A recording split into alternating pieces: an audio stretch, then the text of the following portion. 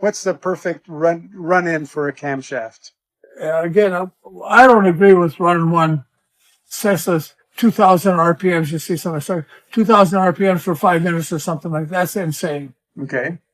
And it's going to splice the same. Well, there's only going to pump so much oil, and between the rod bearing clearances, the main bearing clearances, and the clearances that actually spray the oil. Okay. And the lifters and things like this. So clearances are all there.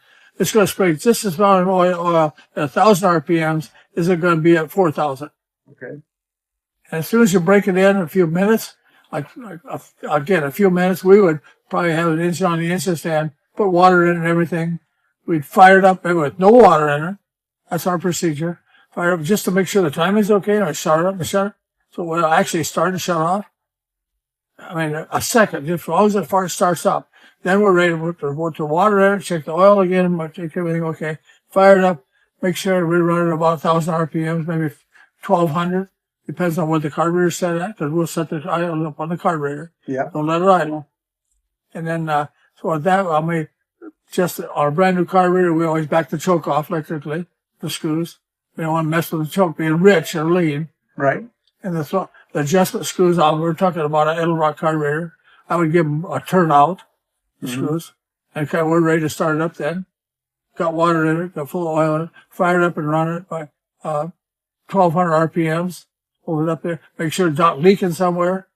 We look at it with the flashlight and visually see that the front seal's not leaking, the water's not leaking, the plug's not leaking. It's all okay. Yep. No leaks or anything else. Yep. And we sit there and run it with the temperature. We had a fan on it. Check the oil pressure instantly. Make sure it's got oil pressure. Yep. 80 pounds or something. And we run it for maybe until it warms up, turn the fan on. Maybe we might set it up on fast idle, or we sit there and run at 1,200, 1,300.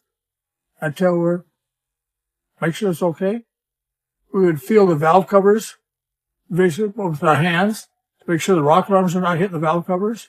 There's a little vibration there. Make sure it runs smooth, no vibration. Then you're good to go. We're ready to go. After it warms up, we might shut it off and make sure everything, and come back 15, 20 minutes later, start it up again, do the same thing. That time, then we'll lower the carburetor back down to idle speed, maybe 600 or 700. And you can finally adjust the carburetor and set the timing to give it the timing light, 10 degrees normally, with the vacuum unhooked off the carburetor.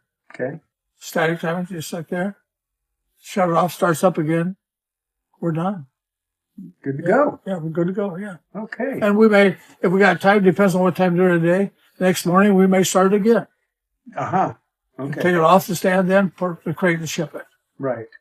Excellent. Yeah. Okay. Even though we do the same thing in the car.